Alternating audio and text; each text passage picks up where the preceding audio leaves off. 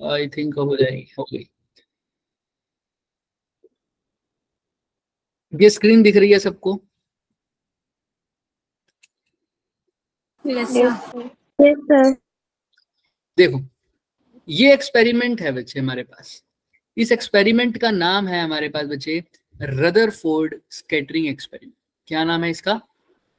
Rutherford scattering experiment. अब इसमें क्या होता है देखो ध्यान से। तुम्हें पता है एटम्स हैं, न्यूक्लियाई, ये सबको पता है, होता है ना? एटम्स, न्यूक्लियाई, ये सब तो पता ही है हमें सर। हाँ सर, ऑब्वियस सी बात है। न्यूक्लियाई और एटम के अंदर न्यूक्लियस है। न्यूक्लियस के अंदर क्या क्या होता है? स्क्रीन मुझे पता है ऑफ हो गई है, तुम ये बताओ न्यूक्लियस के अंदर क्या क्या होता है? प्रोटॉन और न्यूट्रॉन।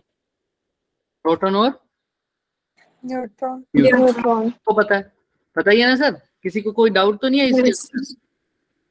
अब लेकिन अगर न्यूक्लियस के अंदर प्रोटॉन और न्यूट्रॉन होता है तो वो चार्ज न्यूक्लियस के ऊपर किसकी वजह से होता है? प्रोटॉन या न्यूट्रॉन?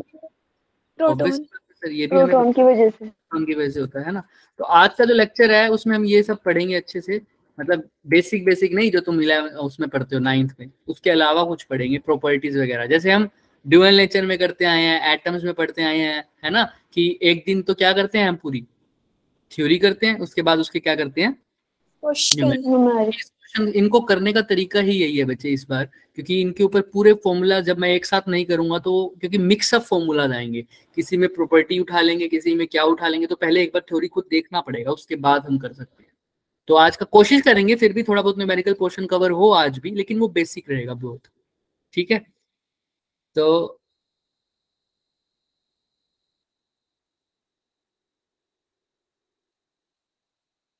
स्क्रीन दिख रही है सबको? यस अब आई थिंक क्लियर है।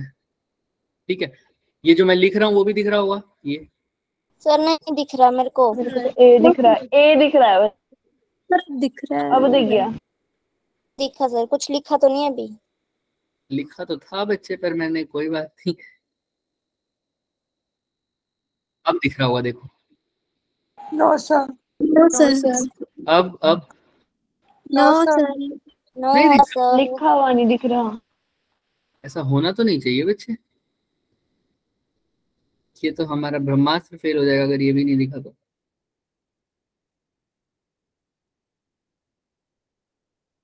अब दिख रहा है क्या? अब दिखेगा तुम्हें। यस अब ये जो मैं लिख रहा हूँ वो, ऐसे दिख रहा है। अच्छा देखो क्या है इसके अंदर बच्चे। इसके अंदर रदरफोर्ड ने एक अल्फा पार्टिकल स्कैटरिंग एक्सपेरिमेंट किया, उससे उन्हें न्यूक्लियस के बारे में पता लगा। इन्होंने एक गोल्ड फॉइल ली, पढ़ा है ना सबने ये? पढ़ा है। तो अल्फा पार्टिकल जब न्यूक्लियस किसके साथ, गोल्ड पार्टिकल के साथ जाते हैं, गोल्ड पार्टिकल के पास, तो क्या क्या होता है? अगर तुमने पढ़ा है तो मुझे बता दो ताकि हम फटाफट आगे बढ़ जाए। तो 20,000 जो पार्टिकल होते हैं ना वो पास हो जाते हैं, लेकिन उनमें से एक ना 180 पे वापस रिफ्लेक्ट हो जाता है। वेरी गुड, तो दिखाने की जरूरत ही नहीं है, तुम्हें पता है वैसे, है ना? लेकिन इससे हमें रिजल्ट से क्या पता लगा फिर, मुझे ये बता दो। क्योंकि जिस मतलब सेंटर से जहां से वो वापस आया ना वहाँ न्यूक्लियस प्रेजेंट था। वहां न्यूक्लियस प्रेजेंट था, और बहुत सारे एटम्स अनडिफ्लेक्टेड क्यों गए? कोई बात नहीं, देखो यहां से मैंने, देखो अल्फा पार्टिकल के बारे में बात की, अल्फा पार्टिकल निकाले, देखो जा रहे हैं अल्फा पार्टिकल, दिख रहे होंगे सबको? Yes sir. यहाँ पर ये बीच में कौन है? न्यूक्लियस। येलो कलर में कौन दिखा रखा है सर? न्यूक्लियस। कोई भी अल्फा पार्टिकल देखो ध्यान से, न्यूक्लियस से टकरा नहीं रहा, टकरा रहा है क्या? No sir. क्यों ऐसा हो रहा है? क्योंकि अल्फा पार्टिकल क्या होता है सर? Positively charge. न्यूक्लियस भी न्यूक्लियस पॉजिटिवली चार्ज लेकिन होता वो है, देखो दोनों बहुत ही क्लोज, कई पार्टिकल बहुत क्लोज आके डिफ्लेक्ट हो रहे हैं, दिख रहे हो? बहुत क्लोज आ गया और उसके बाद डिफ्लेक्ट हो गया, लेकिन टकराया नहीं सर। तो ये स्कैटर हो रहे हैं अल्फा पार्टिकल, दिख रहा है सबको? Yes sir. तो ये अल्फा पार्टिकल स्कैटर हो रहे हैं सर, इसी अल्फा पार्टिकल के स्कैटर होने को बोलते हैं अल्फा पार्टिकल स्कैटरिंग एक्सपेरिमेंट। ठीक है, ठीक है। इसकी एनर्जी मैं चेंज भी कर सकता हूँ, देखो जैसे ऐसे, अब ज्यादा फास्ट आएंगे, थोड़ी एनर्जी इनकी ज्यादा होगी। जितना ये क्लोज जा रहे हैं, ध्यान से सुनना, मैं 4-5 बात बता रहा हूँ, उसको हम आगे पढ़ेंगे। बहुत क्लोज जा रहे हैं। एक तो कुछ अल्फा पार्टिकल जो है, देखो बहुत सारे तो सीधे निकल गए, बिल्कुल दिख रहे हैं। क्यों निकल रहे हैं सीधे? क्यों निकल रहे हैं सीधे? क्योंकि सारा स्पेस तो कैसा है सर? सर empty, खाली है ना। सारा स्पेस तो कैसा है सर? खाली है सर। तो सारा स्पेस अगर खाली है, देखो ध्यान से, सारा स्पेस अगर कैसा है, देखो ये बीच में न्यूक्लियस है मेरा, और ये सारे कौन आ रहे हैं सर? Alpha particle. देखो ये सारे स्पेस खाली जा रहे हैं ना सारा, कोई भी टकरा नहीं रहा, और जो कोई टकरा भी नहीं रहा बिल्कुल पास से जा रहा है। एक आधा कुछ डिफ्लेक्ट हो गए, और बहुत जो है वो बहुत पास से जाके रिफ्लेक्ट हो रहा है। दिख रहा है सबको? है ना? टकराया कोई भी नहीं। यहाँ तक क्लियर है सबको? इसी को बोलते हैं अल्फा पार्टिकल स्कैटरिंग एक्सपेरिमेंट। बहुत ज्यादा मैक्सिमम अमाउंट ऑफ पार्टिकल बिना डिफ्लेक्ट चले गए। कुछ एक जो है वो स्कैटर बैक हुए हैं, कुछ एक स्कैटर बैक हुए हैं। देखो जो बिल्कुल पास आ रहा है ना, वो बैक स्कैटर हो रहा है वापस से, देख रहे हो? वापस की तरफ आ रहा है, ये वापस की तरफ आ रहा है। और कुछ दूसरी डायरेक्शन में चले गए, बहुत कम है वो। लेकिन मोस्ट ऑफ द कैसे गए हैं? बिल्कुल अनडिफ्लेक्टेड, बिल्कुल सीधे चले गए। क्लियर है ना सबको यहाँ तक? और ये जो एटम लिया हमने कौन सा लिया? गोल्ड फॉइल, जिसका एटॉमिक नंबर होता है 79। ये गोल्ड फॉइल की बात हो रही है। चलें आगे, यहाँ तक क्लियर है सबको? ठीक है, अब इसके बारे में थोड़ी सी डिस्कस करेंगे बेटे। आओ,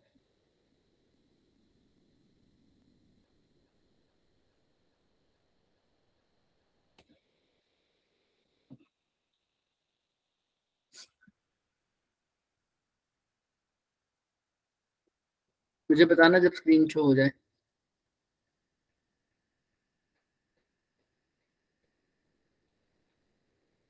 दिख रही है? no sir, दिखेगी। yes sir, ठीक है, अब ध्यान से देखो।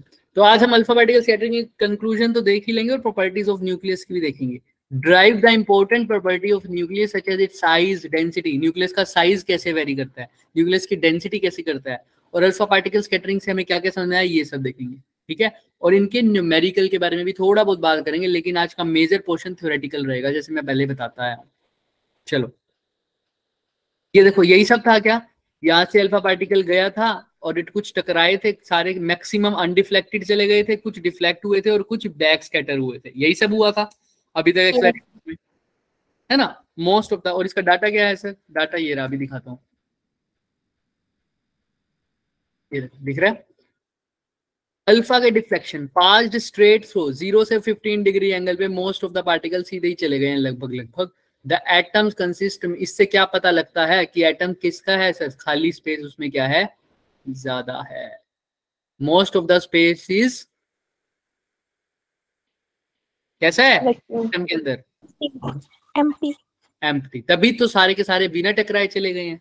कुछ पार्टिकल थोड़े से एंगल पर स्ट्रैक हुए, थोड़े से एंगल पर डिफ्लेक्ट हुए। इसका मतलब क्या है? एटम के पास मोस्ट ऑफ द स्पेस तो एम्प्टी है, लेकिन कुछ एक सेंट्रल पॉजिटिवली चार्ज क्या है उसके पास? कोई चीज है जिससे वो डिफ्लेक्ट हो रहे हैं। कोई भी टकराया नहीं, इसका मतलब वो चीज है वो कैसी होगी सर? Positively charge. अगर पॉजिटिव नहीं होती तो टकरा जाता ना, लेकिन टकराया तो नहीं पूरी तरह। इसका मतलब रिपल्शन इफेक्ट है। रिपल्शन कब आ सकती है? अल्फा के पास भी पॉजिटिव है, न्यूक्लियस के पास भी पॉजिटिव होगा, मतलब उस पार्टिकल के पास भी कैसा होगा? Positively charge.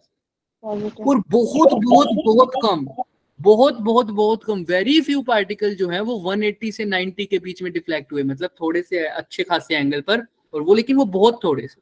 लेकिन इसका मतलब है वो जो जिससे भी वो डिफ्लेक्ट हो रहे हैं वो चीज बहुत छोटे से रीजन में फैली हुई है। क्योंकि अगर बड़े रीजन में फैली होती तो बहुत सारे पार्टिकल डिफ्लेक्ट कर देती वो, लेकिन बहुत कम पार्टिकल्स ऐसे थे जो 90 से 180 के बीच में डिफ्लेक्ट हुए हैं। इसका मतलब वो जो चीज है जिसके बारे में हम बात कर रहे हैं वो एक छोटे से रीजन पर है। समझ में आ रहा है?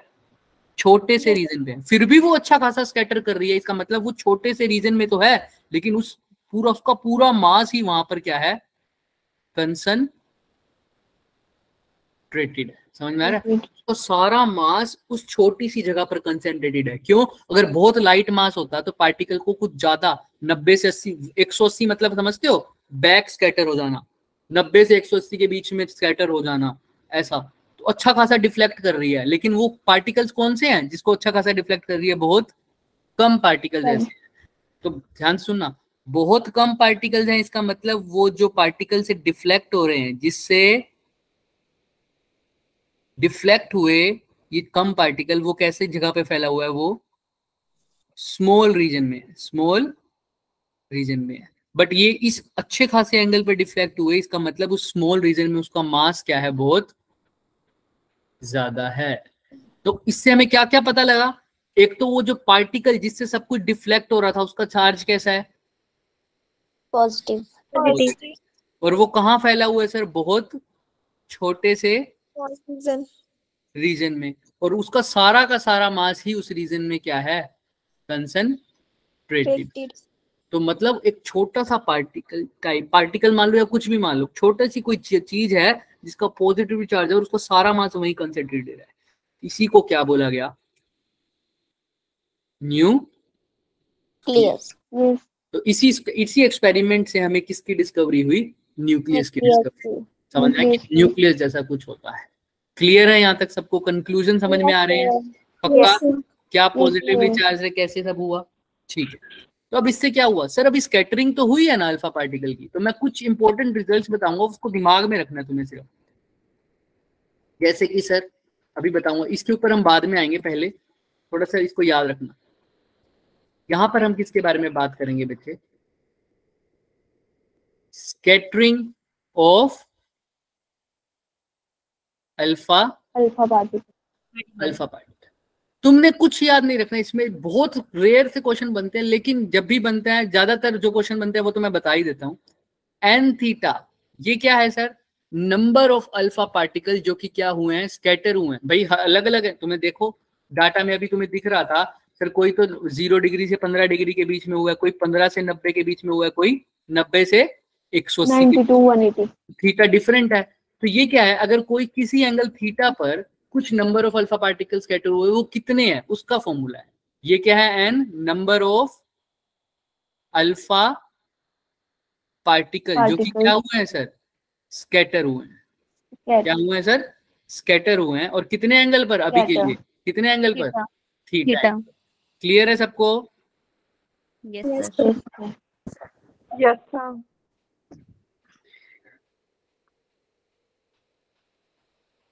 एट एंगल थीटा, इसका फॉर्मूला आ गया सर। के कांस्टेंट है अपॉन में साइन की पावर 4 थीटा बाय 2। ये एक्सपेरिमेंटल फॉर्मूला है, लेकिन तुमको क्या याद रखना है कि ये जो नंबर है ये थीटा के कैसे इनवर्सली प्रोपोर्शनल है? डायरेक्टली साइन थीटा के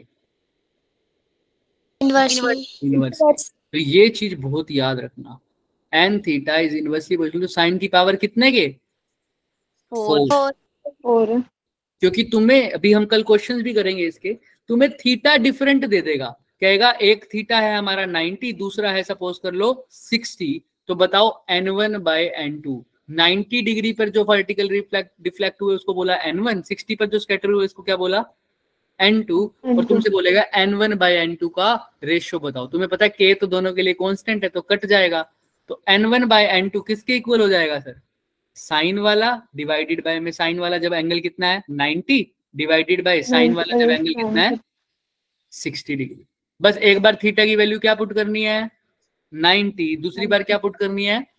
60। ये इनवर्सली प्रोपोर्शनल है, तो 90 वाले के लिए n1 के लिए थीटा 60 वाला लूंगा, n2 के लिए 90 वाला। अपोजिट हो जाएगा, वो कल देखेंगे। बट ये दिमाग में आ रहा है कि जो number of alpha particle scatter है वो इनवर्सली प्रोपोर्शनल है साइन की पावर 4 थीटा बाय 4 के, थीटा बाय 2 के, या डायरेक्टली प्रोपोर्शनल है? इनवर्सली। तो ध्यान से बना, तो इनवर्सली प्रोपोर्शनल है, इसलिए इसका ग्राफ धीरे धीरे कम हो रहा है, दिख रहा है। बट इसको थोड़ा सा और अच्छे से समझना चाहो तब भी समझ सकते हो। जब साइन की वैल्यू क्या हो जाए? 0 हो जाती है। साइन जब मतलब थीटा की वैल्यू 0 हो जाती है, तो साइन 0 कितना होता है? 0। तो यहाँ पर 0 हो जाएगा, तो 1 बाय 0 किसके इक्वल होता है?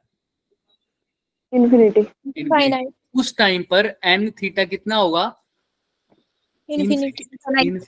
इनफिनिटी मतलब मैक्सिमम, बहुत ज्यादा बहुत ज्यादा। कब? जब साइन कितना हो? 0 हो सर। समझ आ रहा है? और इसका मतलब ये भी समझ सकते हो सर, बहुत बहुत बहुत बहुत बहुत एंगल कितना है? 0, मतलब डिफ्लेक्ट ही नहीं हुए सर, सीधा निकल के। बहुत सारे ऐसे एलिमेंट्स थे, तो देखो जब थीटा की ये नंबर है, y क्या है इसका मतलब नंबर, तो देखो जब थीटा की वैल्यू 0 थी तो n की वैल्यू कितनी थी बच्चे, अभी लगाया है, जब थीटा 0 आया तो n कितना आया, इंफिनिटी। हाँ किसको अप्रोच कर रहा है n, इंफिनिटी को। तो यहाँ पर ये कर्व कहाँ जा रही है, देखो ये ऐसा लग रहा है कहीं भी नहीं मिल रही, इसका मतलब ये कहाँ पे जाके मिलेगी, इन्फिनिटी। थीटा 0 पर इसकी वैल्यू आ रही है इन्फिनिटी, फिर धीरे धीरे इसकी वैल्यू क्या हो रही है, कम हो रही है। कैसे सर कम कैसे हो रही है, देखो ना कम कैसे हो रही है, शुरू में साइन मान लो 0, शुरू में तो साइन 0 था, उसके बाद मान लो साइन 90 भी होगा कभी, तो थीटा क्या हो जाएगा उस केस में π/2, ठीक है। जब थीटा की वैल्यू π/2 पुट करो एक बारी, तो साइन, ध्यान से सुनना, n थीटा किसके इनवर्सली प्रोपोर्शनल है बच्चे, 1/sin 1/sin⁴ तो थीटा की जगह अगर 90 पुट कर दो, यानी π/2 है ना, 180/2 डिवाइड बाय 2 भी होगा, और यहाँ पे तो टोटल बोल रहे थे क्या तुम, हाँ टोटल 4, यहाँ तक क्लियर है सबको, ठीक है। तो साइन ये कितना हो जाएगा 180/4 कितना होता है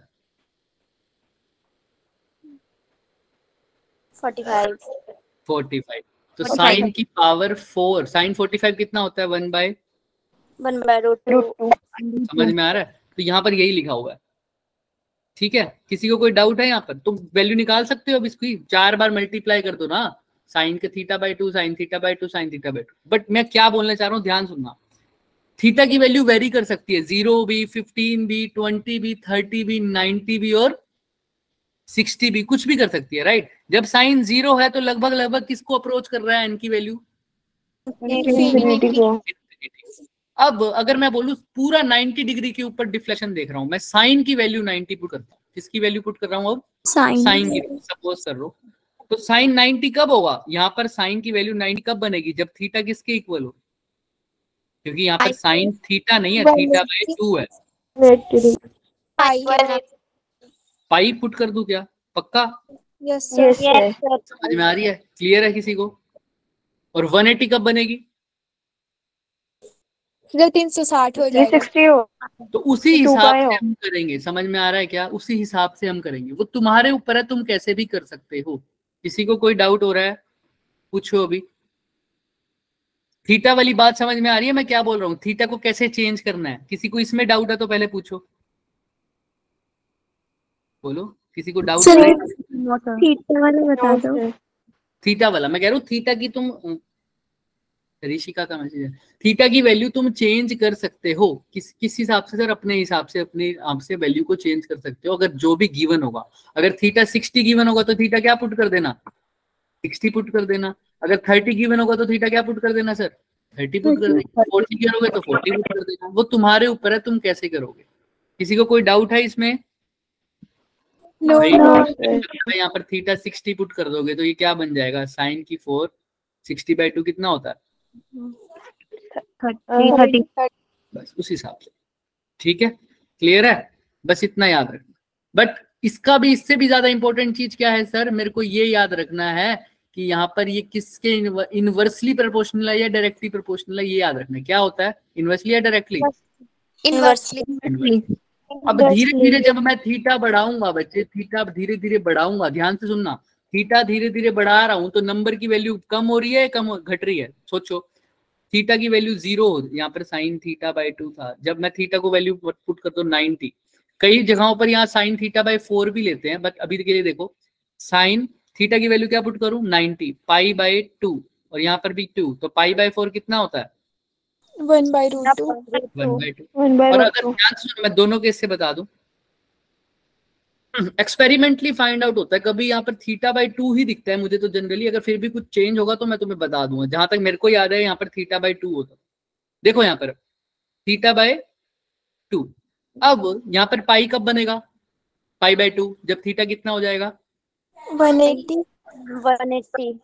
पाई हो जाएगा ना जब थीटा, यस बिल्कुल 180। तो π/2 ये कितना हो जाएगा साइन 90, थीटा हो गया पाई, ठीक है। और और 2 पाई कब हो जाएगा, या 0 कब हो जाएगा? तो 0 की तो हमने बात कर ही ली वैसे, है ना। और 2 पाई कब हो जाएगा बच्चों, जब थीटा कितना हो जाएगा? 4 पाई 720 4 पाई। Yes sir. तो 2 से 2 कट जाएगा तो ये 2 पाई, तो थीटा कितना हो जाएगा? 2 पाई 2 पाई। 2 पाई। तो पाई से 2 पाई यानी 180 से लेकर 360 तक। तो ये तो साइन की वैल्यू रिपीट होती है ना 2 पाई के बाद अपनी सारी, सबको याद होगा ये, है ना। तो इंक्रीज हो रही है वैल्यू, क्या हो रही है? इंक्रीज। तो साइन की वैल्यू इंक्रीज हो रही है, थीटा इंक्रीज होने से साइन की वैल्यू क्या हो रही है? इंक्रीज हो रही है। और ये तो तुम्हें पता भी है, थीटा इंक्रीज होने से साइन की वैल्यू इंक्रीज होती है या नहीं होती? होती है सर, ऑब्वियस सी बात है। अब लेकिन n जो है वो क्या है सर? इनवर्सली है तो डिक्रीज होगा, तो वो कम होगा। तो साइन की वैल्यू इंक्रीज हो रही है लेकिन n की वैल्यू क्या हो रही है? डिक्रीज।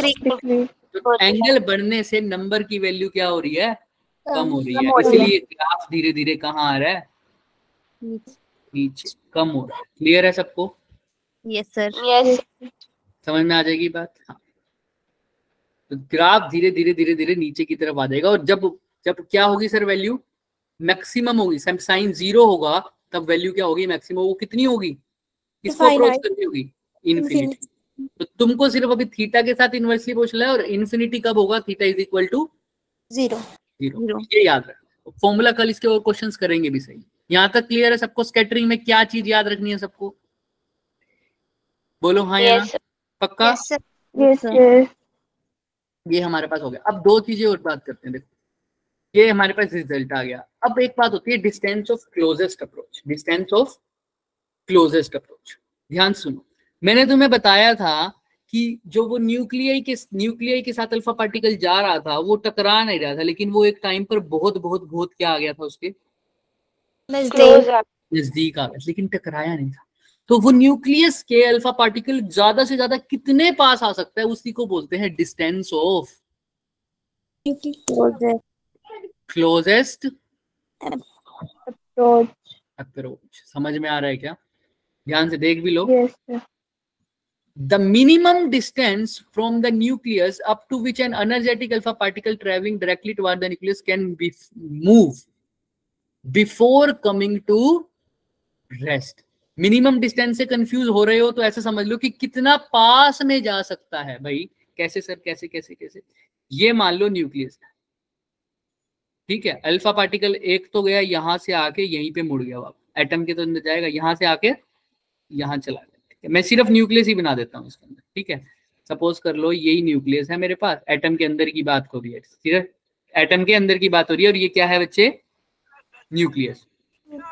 अब एक अल्फा पार्टिकल गया, वो यहां से टकरा के यहां से ऐसे निकल गया, और एक अल्फा पार्टिकल गया यहां से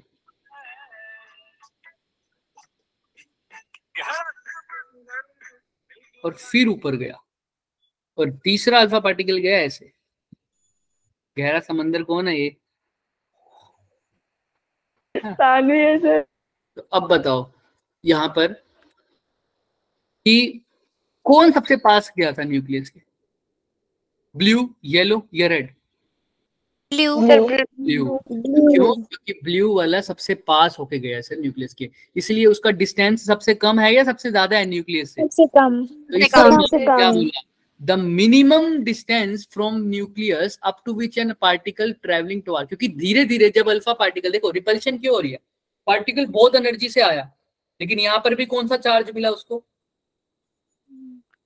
कौन सा चार्ज मिला? पॉजिटिव। इसके पास भी पॉजिटिव चार्ज। पॉजिटिव इसकी एनर्जी को कम करेगा या बढ़ाएगा? अपने पास आते आते कम करेगा। कम करेगा। बहुत एनर्जी से आया होगा, उसकी काइनेटिक एनर्जी बहुत है, धीरे धीरे इसकी काइनेटिक एनर्जी क्या होती जाएगी? कम कम कम। और जितना ये पास आ जाएगा, जब मैक्सिमम पास आ जाएगा, तब काइनेटिक एनर्जी कितनी हो जाएगी? 0। और उसके बाद वो डिफ्लेक्ट। क्लियर है? तो जब बिल्कुल पास कैसे पता लगेगा? जब उसकी काइनेटिक एनर्जी बिल्कुल क्या हो जाएगी? 0, क्योंकि उसके बाद तो काइनेटिक एनर्जी कन्वर्ट हो जाएगी सीधा पोटेंशियल एनर्जी। क्लियर है सबको? धीरे धीरे जब पास आते आते उसकी वेलोसिटी क्या हो रही है? कम हो रही है, काइनेटिक एनर्जी कम हो रही है। और वो जितना पास आ जाएगा वो मिनिमम डिस्टेंस, उसी को बोलूंगा डिस्टेंस ऑफ क्लोजेस्ट अप्रोच। समझ में आ रहा है सबको? Yes, sir. Yes, sir. यहाँ तक क्लियर है? अब देखो ध्यान से, इसी को आर नोट से भी लिख सकते हो, लेकिन ये आर नोट थोड़ा अलग है, ध्यान से रखना, अभी आगे बात करेंगे।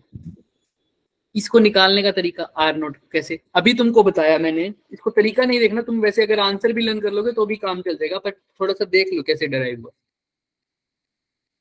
कब हुआ ये डिस्टेंस ऑफ क्लोजेस्ट अप्रोच? जब वो उसकी काइनेटिक एनर्जी क्या हो गई? 0। जीरो, मतलब बोलो कि Zero. बिल्कुल खत्म हो गई है ना, बिल्कुल खत्म हो गई और वो किसी और एनर्जी में बदल गई होगी, राइट? काइनेटिक एनर्जी बिल्कुल धीरे आते आते आते आते बिल्कुल खत्म हो गई, जीरो हो गई, ऐसे ही बोलते तुम। तो डिस्टेंस ऑफ अप्रोच भी तभी निकालूंगा जब उसकी काइनेटिक एनर्जी बिल्कुल खत्म हो गई, किसी और एनर्जी में बदल गई होगी। उस टाइम जो डिस्टेंस होगा वही कौन सा होगा? Distance of closest approach.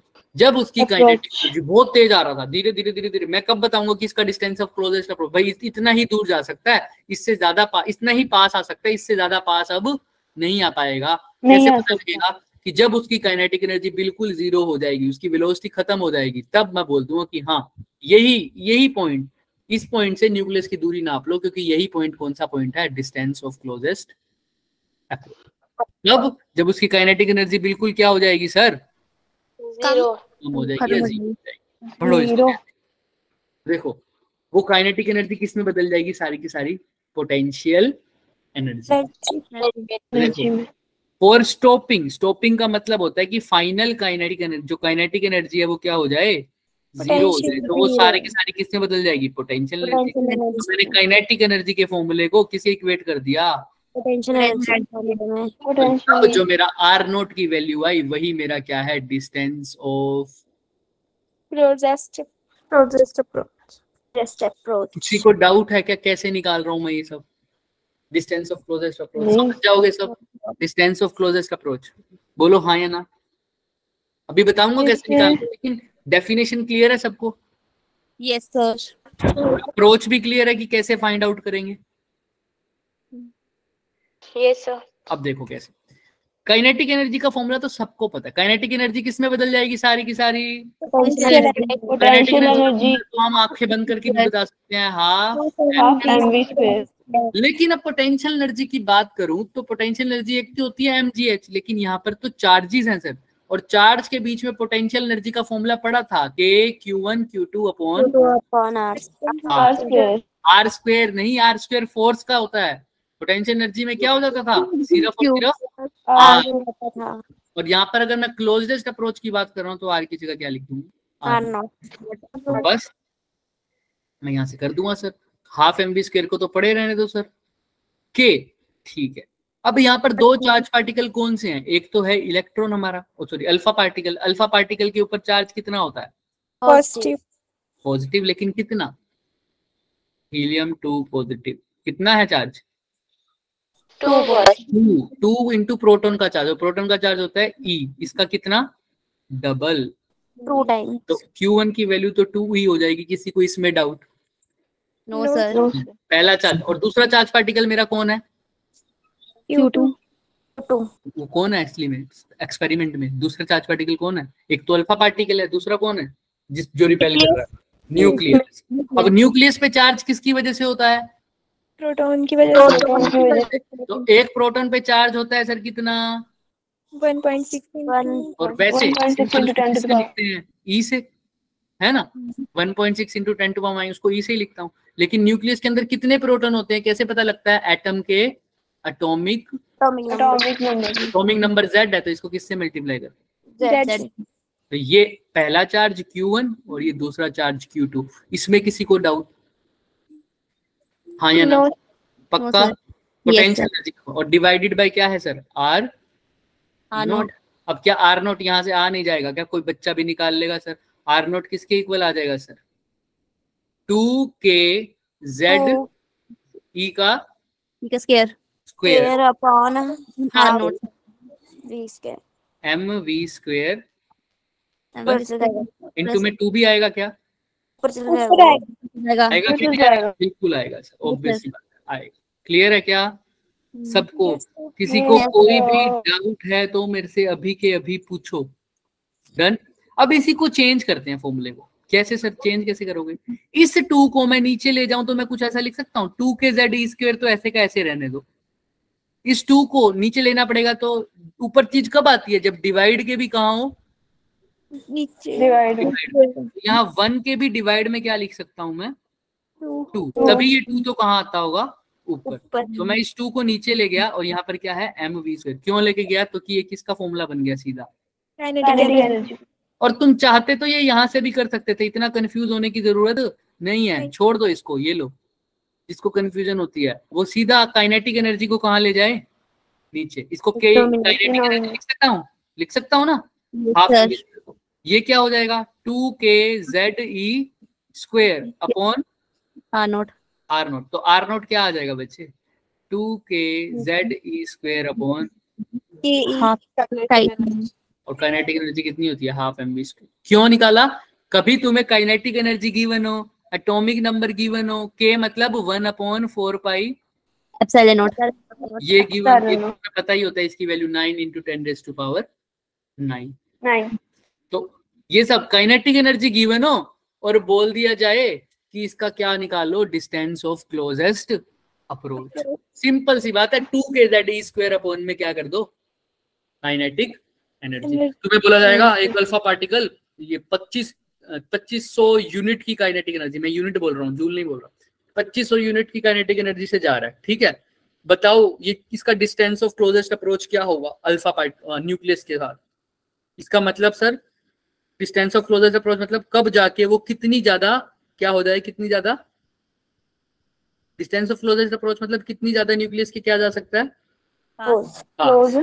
Pass.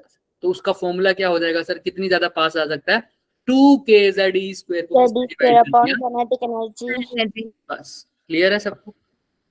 Yes sir. तो डिस्टेंस ऑफ क्लोजेस्ट अप्रोच समझ में आया, यस सर। स्कैटरिंग के बारे में समझ में आया, हाँ सर। और अब रह गया सर एक और चीज, ध्यान से देखना, इम्पैक्ट पैरामीटर। बहुत कंफ्यूजिंग पॉइंट होते हैं दोनों, इम्पैक्ट पैरामीटर और डिस्टेंस ऑफ क्लोजेस्ट अप्रोच। देखो इम्पैक्ट पैरामीटर बहुत आसान चीज है। इम्पैक्ट पैरामीटर को मैं पहले गलत तरीके से बताता हूँ। देखो इम्पैक्ट पैरामीटर क्या है, वेलोसिटी वेक्टर का डिस्टेंस किसके साथ है ना, ये तुम समझो, पार्टिकल का डिस्टेंस किससे, परपेंडिकुलर डिस्टेंस। पहली बात तो कौन सा डिस्टेंस, परपेंडिकुलर डिस्टेंस पार्टिकल का किससे, न्यूक्लियस के साथ। न्यूक्लियस के साथ। अब ध्यान से देखो, पार्टिकल का न्यूक्लियस के साथ डिस्टेंस तो कैसा भी हो सकता है, क्योंकि पार्टिकल धीरे धीरे तो रिपल्शन में आएगा, पार्टिकल धीरे धीरे तो क्या आएगा, रिपल्शन में आएगा। तो न्यूक्लियस ये रहा, न्यूक्लियस ये रहा, दिख रहा है। मान लो इस न्यूक्लियस की बात करते हैं, ठीक है। तो धीरे धीरे पार्टिकल मान लो ऐसे भी आ गया हो, जैसा भी आ गया हो, ऐसे चला गया होगा, कैसे आया होगा, ऐसे जाके ऐसे चला गया होगा, राइट। क्लियर है। ये पूरा ही क्या है, बड़े वाला मेरा न्यूक्लियस, ऐसा समझ लो, ठीक है। एटम के अंदर ही हूं मैं, और यहाँ से पार्टिकल यहाँ चला गया होगा, ये वाला पार्टिकल थोड़ा सा डिफ्लेक्शन होकर चला गया होगा, है ना। तो इम्पैक्ट पैरामीटर क्या हुआ सर, इम्पैक्ट पैरामीटर हुआ ये कौन आ रहा है सर, यहाँ से अल्फा पार्टिकल। तो अल्फा पार्टिकल का डिस्टेंस न्यूक्लियस से परपेंडिकुलरली कितना है, वही क्या है उसका इम्पैक्ट पैरामीटर। समझ में आ रहा है, परपेंडिकुलर। लेकिन अभी मैंने डेफिनेशन को कंप्लीट नहीं की, ध्यान से सुनना। एटम दिखा ही देते हैं इसके अंदर, तो मैं इसमें भी दिखा दूंगा बाद में, पहले अपना समझो। ये एटम है, ये इसके अंदर न्यूक्लियस है। अब मेरे पास एक पार्टिकल आ रहा है ऐसे, तो ऐसे ही डिफ्लेक्ट होकर चला गया, दिख रहा है। Yes sir. दूसरा आ रहा है यहाँ से, तो वो ऐसे मतलब ऐसे गया और ऐसे डिफ्लेक्ट होकर चला गया, क्लियर है सर। तीसरा आ रहा है यहाँ से, वो ज्यादा डिफ्लेक्शन होकर चला गया। और चौथा ये ग्रीन, ये रेड से बना देते हैं, चौथा आ रहा होगा यहाँ से, तो वो भी ऐसे डिफ्लेक्शन। बीच में क्या है सर, ये न्यूक्लियस, ठीक है। इम्पैक्ट पैरामीटर मैंने बोला परपेंडिकुलर डिस्टेंस अल्फा पार्टिकल का, कहां से, न्यूक्लियस के सेंटर, न्यूक्लियस के सेंटर। तो अगर ये फर्स्ट पार्टिकल, ये सेकंड अल्फा पार्टिकल, ये थर्ड और ये फोर्थ, तो फर्स्ट के लिए डिस्टेंस क्या हो जाएगा सर, ये वाला न्यूक्लियस से, न्यूक्लियस तो ये रहा ना न्यूक्लियस का सेंटर, इससे तो ये वाला डिस्टेंस हो जाएगा, राइट। अब कौन सा डिस्टेंस लूं, परपेंडिकुलर डिस्टेंस ये भी हो सकता है और ये वाला भी हो सकता है और ये वाला भी हो सकता है, और ये भी तो क्या है सर, परपेंडिकुलर डिस्टेंस। कौन से वाला? और बीच में अल्फा पार्टिकल की डायरेक्शन चेंज होगी तो फिर क्या दिक्कत हो जाएगी? फिर डिस्टेंस परपेंडिकुलर नहीं हो सकता। हो सकता, हाँ। तो कैसे करें सर, बताओ कौन सा डिस्टेंस? सबकी वैल्यू कहीं अलग आ गई तो दिक्कत हो जाएगी। तो ध्यान से देखो अभी, अब उसको क्वेश्चन को, it is the defined the perpendicular distance of the velocity vector. Initial velocity initial velocity vector. क्या बोलोगे? Initial velocity. Velocity vector. जब से पार्टिकल स्टार्ट हुआ है, इनिशियल, तो यहां से, समझ में आ रहा है क्या सबको? इनिशियल से यहां से लेकर यहां तक का डिस्टेंस क्या होगा इसका? Impact parameter. Centre of the nucleus से परपेंडिकुलर डिस्टेंस तो लेऊंगा, लेकिन कौन से वेक्टर का? Initial velocity. जैसे ब्लू वाले का ये वाला हो गया। अच्छा, अब ये लाइट ग्रीन वाले का कैसे दिखाएंगे सर? वो भी इनिशियल से इतना होगा सर, दिख रहा है भाई? सेंटर तो यही, सेंटर वाली लाइन में व्हाइट से दिखा देता हूँ, न्यूक्लियस की सेंटर की लाइन ये है, तो यहाँ से डिस्टेंस मेजर करना। तो ये तो ब्लू वाले का, और डार्क ग्रीन वाले का भी देख सकते हो गया आराम से, ये हो जाएगा। ऐसे ही रेड वाले का भी देख सकते हैं क्या हम? Yes sir. क्या ये हो जाएगा पूरा? Yes sir. Yes sir. अब मैं इसमें डार्क ग्रीन वाला हटा ही देता हूँ लोग, ताकि कंफ्यूजन ना हो। अब ठीक है, दिख रहे हैं सबको इम्पैक्ट पैरामीटर? सबको इम्पैक्ट पैरामीटर क्या है sir? Perpendicular distance from the axis of nucleus to the alpha particle. लेकिन वो कहां से, कौन से बात की बात कर रहे हैं? जब वो इनिशियल वेलोसिटी। अब देखो किसका इम्पैक्ट पैरामीटर ज्यादा है?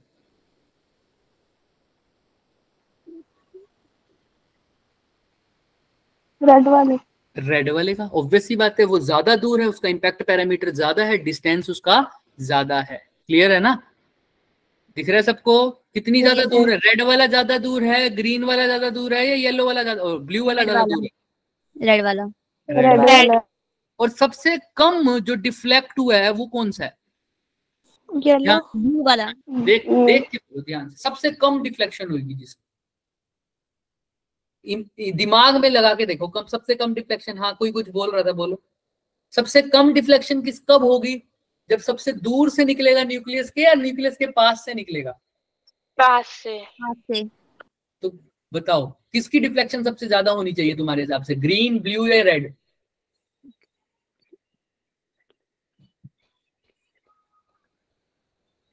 सबसे पास से कौन निकला है? Light green. लाइट ग्रीन वाला। सबसे ज्यादा डिफ्लेक्शन भी किसकी होगी? ग्रीन वाले की सबसे ज्यादा क्या होगी? डिफ्लेक्शन। और उसका इम्पैक्ट पैरामीटर सबसे छोटा है या सबसे बड़ा है? छोटा। सबसे छोटा। इसका मतलब जितना इम्पैक्ट पैरामीटर कम, डिफ्लेक्शन उतनी ज्यादा। समझ में आ रही है बात सबको? जितना क्लियर है? ये एक तरीके से सोचने का तरीका है, फिर हम बाद में इसके क्वेश्चंस करेंगे, लेकिन फिलहाल यहाँ तक समझ में आ रही है बात। चलें आगे, इम्पैक्ट पैरामीटर और उसके बारे में। किसी को कोई डाउट है तो मेरे से पूछ लो अभी भी। कोई डाउट? ठीक है। तो इम्पैक्ट पैरामीटर क्या होता है sir? Perpendicular distance from the axis of nucleus. लेकिन वो कहां से होता है अल्फा पार्टिकल का? Initial velocity. ठीक है। देखो, in fact the impact parameter he decide करता है कि उसकी ट्रेजेक्टरी कैसी होगी, मतलब कितना एंगल से वो डिफ्लेक्ट होगा। ठीक है? क्लियर है? Yes sir. तुम्हें पता है जितना ज्यादा इम्पैक्ट पैरामीटर कम, उतनी ज्यादा डिफ्लेक्शन ज्यादा, है ना? चलो, impact parameter, scattering, number of scattering particles होगा, और तीसरा क्या पढ़ा था हमने? Distance of closest approach. Distance of closest approach. किसी को कोई डाउट इसमें? नहीं सर। तो अब ये कुछ तुमने पढ़े होंगे, आइसोटोप सबने पढ़ा होगा। Yes sir. क्या होता है? जिसका सेम एटॉमिक नंबर होता है पर डिफरेंट मास होता है ना? अब यहाँ पर समझने के लिए मैं तुमसे पूछ रहा था मास नंबर और एटॉमिक नंबर। न्यूक्लियस, अब तुमको सबको समझ में आ गया। न्यूक्लियस होता है, ये बीच में न्यूक्लियस है, इसके अंदर क्या होंगे सर? प्रोटॉन। और साथ में क्या होते हैं? न्यूट्रॉन। न्यूट्रॉन। अब तुम बोल रहे थे न्यूक्लियॉन्स क्या होते हैं सर? इन्हीं प्रोटॉन और न्यूट्रॉन को इकट्ठा मिलाकर जो वर्ड यूज करते हैं उसको क्या बोलते हैं? न्यूक्लियन। न्यूक्लियॉन। समझ में आ रहा है क्या? तो न्यूक्लियॉन का मतलब होता है, ध्यान सुनना, नंबर ऑफ प्रोटॉन। अभी किसी ने कुछ बोला क्या बोला किसी ने? Nucleon, mass number. Very good very good, यही मैं बता रहा हूँ। न्यूक्लियॉन का मतलब ही क्या होता है? Mass number. न्यूक्लियॉन का मतलब number of proton number of neutron. तो इसी को मिला के क्या बनता है हमारा? Mass number. मास नंबर का मतलब वही कि कितने इसके अंदर क्या है? प्रोटॉन और न्यूट्रॉन। यानी अब एक ही टर्म यूज करो ना, कितने इसके अंदर क्या है? न्यूक्लियन। और मास नंबर को क्या लिख सकते हैं? नंबर ऑफ न्यूक्लियन को ही मास नंबर बोलता हूँ, और इसी को क्या लिखता हूँ सर? ए से। ए से ना, किससे लिखता हूँ? ए से। और एटॉमिक नंबर को किससे लिखता हूँ? जेड से। क्लियर है क्या? Yes sir. किसी को कोई डाउट यहाँ तक तो बताओ। तो अब जिनका एटॉमिक नंबर सेम है लेकिन मास नंबर डिफरेंट है, अब तुम समझ रहे हो मास नंबर डिफरेंट का मतलब? Yes sir. यानी उनका प्रोटॉन और न्यूट्रॉन का सम डिफरेंट है, किसी में ज्यादा है किसी में क्या होगा? कम होगा, लेकिन उनका एटॉमिक नंबर क्या है? सेम है। तो उनको क्या बोलते हैं? आइसोटॉप्स। इसका एग्जांपल है लिथियम 3 और 6, लिथियम 3 और 7। क्लियर है? देखो एटॉम मास नंबर ऊपर लिखते हैं, याद है ना ये तो सबको? नीचे क्या लिखते हैं? Z। ऊपर क्या लिखते हैं? मास। ठीक है, तो इसमें 6 है, इसमें 7 है, यानी ये आइसोटॉप है। और इसका बिल्कुल उल्टा होता है आइसोबार्स में, कि जिसका मास नंबर सेम, यानी number of proton plus number of neutron को ऐड करके देखोगे तो दोनों की बात क्या है? सेम। यानी और आसानी से बोलूं तो नंबर ऑफ क्या सेम होंगे? न्यूक्लियन सेम हो तो आइसोबार है, नंबर ऑफ मतलब एटॉमिक नंबर सेम हो तो क्या है? आइसोटॉप्स। ठीक है, आइसोटोन्स क्या होते हैं? जिनमें नंबर ऑफ इलेक्ट्रॉन सेम होते हैं। नंबर ऑफ न्यूट्रॉन्स सेम रहेंगे, नंबर ऑफ न्यूट्रॉन्स। अब न्यूट्रॉन्स कैसे निकालेंगे तुम खुद बताओ। देखो अभी तक फॉर्मूले लर्न करते थे, अब नहीं करोगे। एटॉमिक नंबर मतलब जितना नंबर ऑफ प्रोटॉन्स होते हैं उतना ही उसका क्या होता है? Atomic number. Yes sir. Z, इसी को क्या बोलते हैं? Atomic number. और मास नंबर का मतलब क्या होता है? Number of proton plus number of neutron. और अगर तुम्हें निकालना हो नंबर ऑफ न्यूट्रॉन कितने हैं तो क्या करना पड़ेगा? मास नंबर से मतलब मास में से नंबर ऑफ प्रोटॉन माइनस। ये प्रोटॉन की जगह क्या लिख सकता हूँ? Z, और ये क्या है? नंबर ऑफ न्यूट्रॉन निकालना है, और मास नंबर को क्या लिखता हूँ? A। तो A में से Z को क्या कर दो?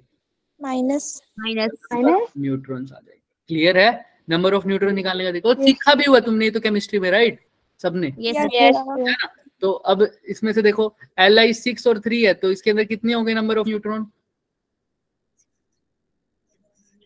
A में से Z माइनस कर दो, कितना रह गया? 3। और इसमें क्या होंगे सर? 4। अब आइसोटोन्स हम पढ़ रहे हैं तो देख लो, 37 में से 17 गए, कितना आगा? 20। ऐसे ही 39 में से 19 गए तब भी कितना आएगा? 20। तो इसका मतलब नंबर ऑफ न्यूट्रॉन दोनों में 20 है, तो ये क्या हो गए? आइसोटोन्स। आइसोटोन्स। समझ में आ रही है बात? Yes sir. अच्छा, अब आइसोबार्स हो गया। आइसोमर्स तुमको पता होगा, जिनका प्रॉपर्टीज डिफरेंट होती है। न्यूक्लियस प्रॉपर्टीज क्या होती हैं?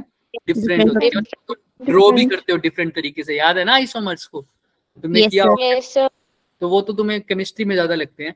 ये एक होमवर्क तुम्हारे को मैं दे रहा हूँ, आइसोडायाफर्स। आइसोडायाफर्स क्या होते हैं मैं बता देता हूँ, वैसे हल्का सा हिंट दे देता हूँ, लेकिन पढ़ के आना कैसे। जिनके अंदर एक्सेस नंबर ऑफ न्यूट्रॉन्स क्या रहेंगे? सेम। मतलब एक्सेस का मतलब भाई सपोज कर लो एक में जो प्रोटॉन्स हैं वो न्यूट्रॉन से 4 ज्यादा है, एग्जाम्पल के लिए मान रहा हूँ, चाहे हो एग्जिस्ट चाहे ना करे, और दूसरे में कितने ज्यादा है?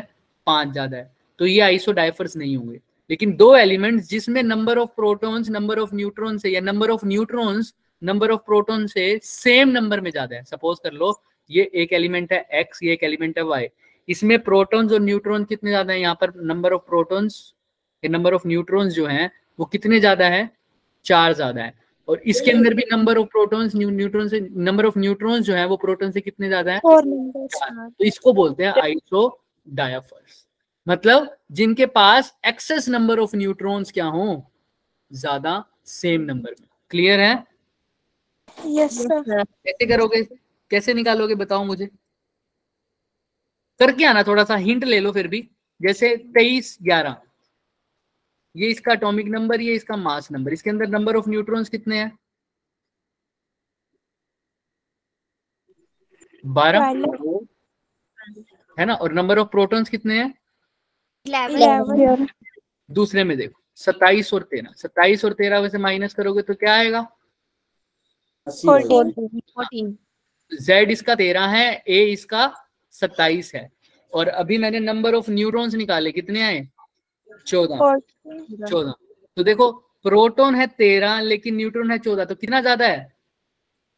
1। 1। और इसमें भी देखो प्रोटॉन कितना है? 11 लेकिन न्यूट्रॉन है 12, तो कितना ज्यादा है? 1। एक्सेस नंबर दोनों में कितना ज्यादा है? कितना ज्यादा है न्यूट्रॉन? एक ज्यादा है, तो इसी को बोलते हैं आइसोडायफर्स। क्लियर है? Hello, yes.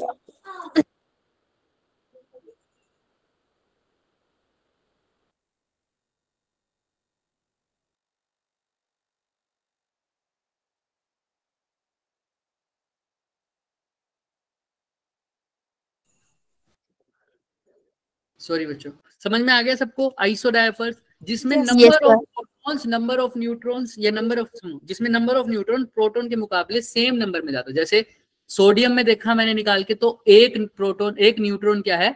ज्यादा है, ठीक है, प्रोटॉन के मुकाबले। ऐसे ही अल्युमिनियम में भी कितना ज्यादा है सर? एक ही ज्यादा है। इसीलिए सोडियम और अल्युमिनियम आपस में क्या हो जाएंगे? आइसोडायफर्स। ठीक है, ये थोड़ी नई टर्म थी, अब क्लियर है सबको? Yes sir. Yes sir. किसी को दोबारा जानना है या क्लियर है? क्लियर है सर। क्लियर है। Yes sir. तो ये देख लेना। अच्छा, यहाँ पर अब मैं साइड में कर देता हूँ। देखो अब ये थोड़ी सी प्रॉपर्टीज है, बस ये देख के फिर छुट्टी। ये एक्सपेरिमेंटली फाइंड आउट डाटा है, यहाँ पर देखना। आर जो है वो किसके इक्वल है बच्चे? आर नॉट ए की पावर 1/3। भी क्या बोला? मास नंबर या number of mass number nucleus. R naught एक एक्सपेरिमेंटली फाइंड कांस्टेंट है जिसकी वैल्यू फिक्स है। क्या है? 1.4 इंटू 10⁻⁻15। 10⁻⁻15 को बोलता हूँ फर्मी मीटर। क्या बोलता हूँ? Fermi metre. तो इसको तुम अप्रोक्सी, वैसे कहीं कहीं इसको 1.3 भी लिखा हुआ है, तुम इसको 1.4 ही मान के चलो। अप्रोक्सीमेटली 1.4 फर्मी मीटर लिख सकते हो। क्या लिख सकते हो? 1.4 फर्मी मीटर। फर्मी का मतलब 10⁻⁻15। देखो एटम जब पड़ा था तो सारी जो वैल्यूज आती थी वो किस में आती थी? 10⁻, याद हो किसी को? तो कौन सी यूनिट थी सारी चीजें जो निकाली थी? वेवलेंथ की यूनिट क्या लेते थे?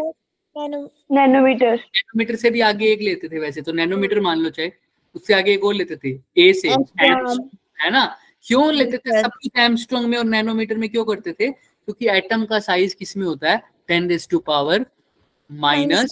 मैंने बताई थी ना ये बात। सिमिलरली इसलिए एंगस्ट्रॉम में लेते थे सब कुछ, लेकिन यहाँ पर न्यूक्लियस का साइज होता है 10⁻⁻15 में। इसलिए जो भी कैलकुलेशन करोगे न्यूक्लियस के साइज से रिलेटेड, सबको किस में कन्वर्ट कर दोगे? Fermi metre. किसमें करोगे? फर्मी मीटर में। क्वेश्चन समझ में आ रहा है क्यों कर रहे हैं चेंज? सबको क्लियर है?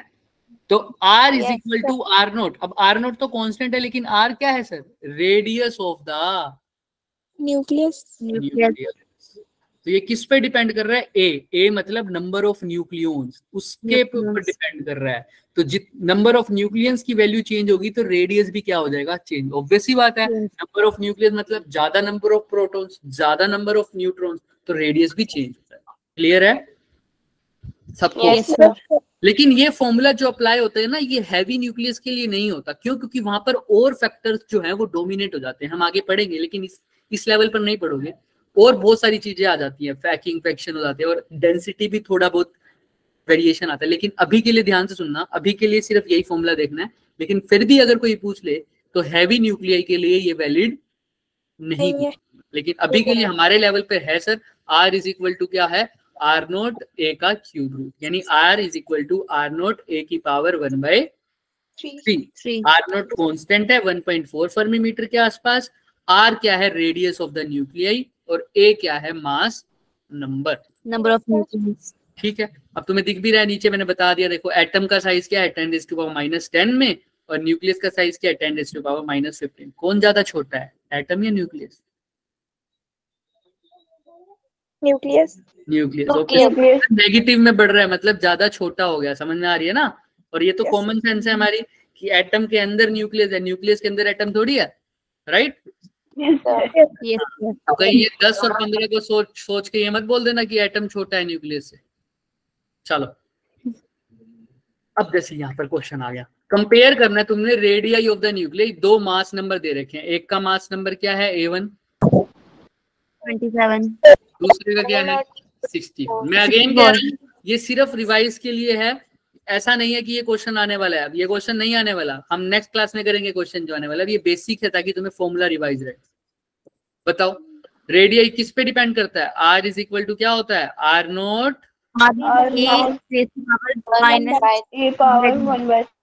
तो ये पहले के लिए तो सेम, R2 की वैल्यू क्या लिख दोगे same, R2 is equal to R0 तो सेम ही रहेगा। यहाँ पर A1 आएगा तो यहाँ पर क्या आ जाएगा A2 1/3। दोनों इक्वेशन को क्या कर दें डिवाइड कर दो, R0 से R0 कट गया तो R1 बाय R2 किसके इक्वल आ जाएगा A1 बाय A2। क्लियर है क्या सबको? R1 है निकालना है, R2 निकालना है, A1 27 इनका क्यूब रूट करोगे तो कैसे अलग अलग से भी कर सकते हो। वैसे इसको किसका क्यूब रूट रख सकते हो 27 को 3 का और 64 को 4 का और तो R1 किसके इक्वल हो जाएगा 3/4 टाइम्स R2। समझ में आ रहा है, क्लियर है सबको? यस तो देखो आ गया क्या R1/R2 की वैल्यू 3/4। किसी को कोई भी डाउट, बहुत आसान चीज है ये तो है ना, लेकिन ये क्वेश्चन नहीं आने वाला, लेकिन इसी को यूज करेगा किसी और कंसेप्ट में, इसलिए पहले थ्योरेटिकल पढ़ाना जरूरी है। चलो आओ अब ये कर लो फटाफट। इसमें देखो क्या है, न्यूक्लियस का रेडियस दे रखा है कितना, कौन से न्यूक्लियस का, ध्यान से देखो ऑक्सीजन कितना दे रखा है 2.8 into 10 to the power -15 metre. ठीक है, ये तो R हो गया। R किसके इक्वल होता है R0 A की पावर 1/3। अब मेरे को इस वाले फॉर्मूले से ये समझ में आई सर कि जो R1 और R2 दिखाना है तो वो हमेशा किसकी रेशियो आएगी A1 और A2 की पावर 1/3। तो सीधा वो यूज कर सकता हूँ ना, क्योंकि R0 से R0 तो हमेशा क्या हो जाएगा कैंसिल। तो मैं यहाँ पर भी ये लिख देता हूँ फॉर्मूला कि sir R1/R2 would be equal to A1/A2 और 1/3। R1 तुम्हें गिवन है कितना 2.8 into 10 to the power -15 R2 निकालना है A1/A2। A1 कितना है, आप A1 कितना लिखोगे ऑक्सीजन कितना है 8 8 या 16 बोलो फटाफट 16 number of nucleons mass number ऊपर लिखा जाता है वो क्या है 16। लेड के लिए कितना है 200 और इसका क्या कर दोगे क्यों, क्या R2 निकाल पाओगे अब यहाँ से? yes 100% निकल जाएगा। किसी को कोई डाउट है तो मेरे से पूछो, हाँ या ना बोलो। कर लोगे ना 100%? जैसे ये देखो दिख रहा है सेम, क्या यही इक्वेशन बनी है क्या हमारी भी? yes हो जाएगा, मान सकता हूँ कर पाएंगे। यस अब एक लास्ट चीज बस छुट्टी फिर। अभी हमने देखा जो रेडियस है वो किस पे डिपेंड कर रहा है A की पावर 1/3। डेंसिटी किस पे डिपेंड करेगी देखते हैं। डेंसिटी क्या होता है मास अपन वॉल्यूम। न्यूक्लियस की डेंसिटी बात कर रहे हैं तो न्यूक्लियस में कौन कौन है प्रोटॉन है और न्यूट्रॉन है तो कैसे मान के चले भाई, मान लो इसके अंदर प्रोटॉन का मास भी कुछ होगा न्यूट्रॉन का मास भी कुछ होगा। जनरली इसको रिड्यूस्ड मास की फॉर्म में करते हैं, लेकिन कई बार क्या अभी के लिए मान के चलो मास एवरेज मास मान लेता हूँ। क्या मान लेता हूँ एवरेज मास ऑफ न्यूक्लियस और प्रोटॉन का सेम मान के चल रहा हूँ। वैसे ऐसा होता नहीं है, न्यूट्रॉन और प्रोटॉन का मास मान के चल रहा हूँ कितना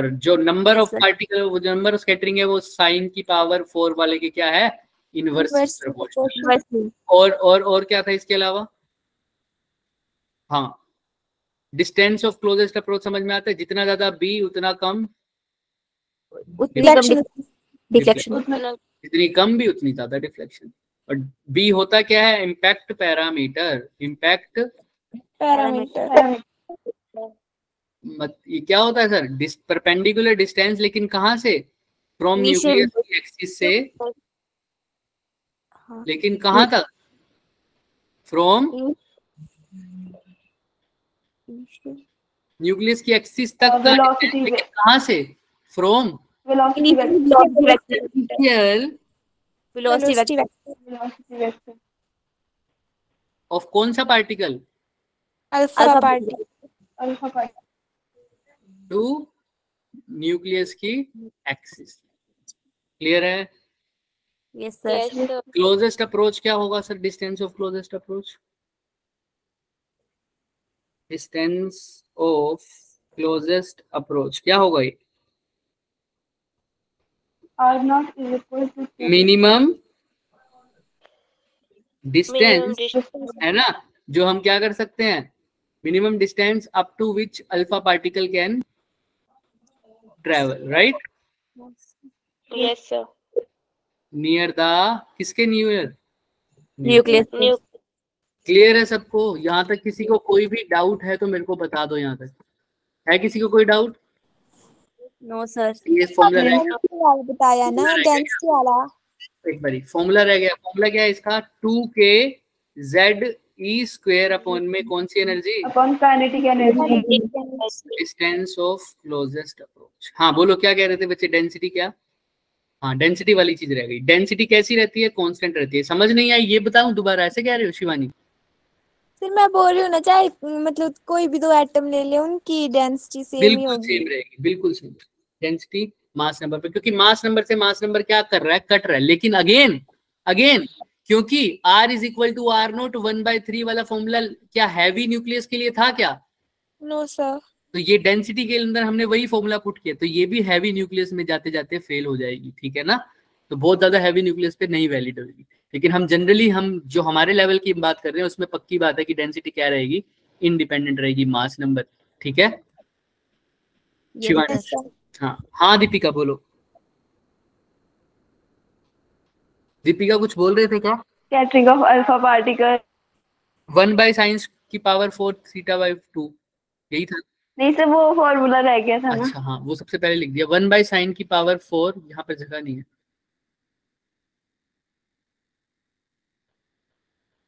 tan थीटा किसके इनवर्सली प्रोपोर्शनल है?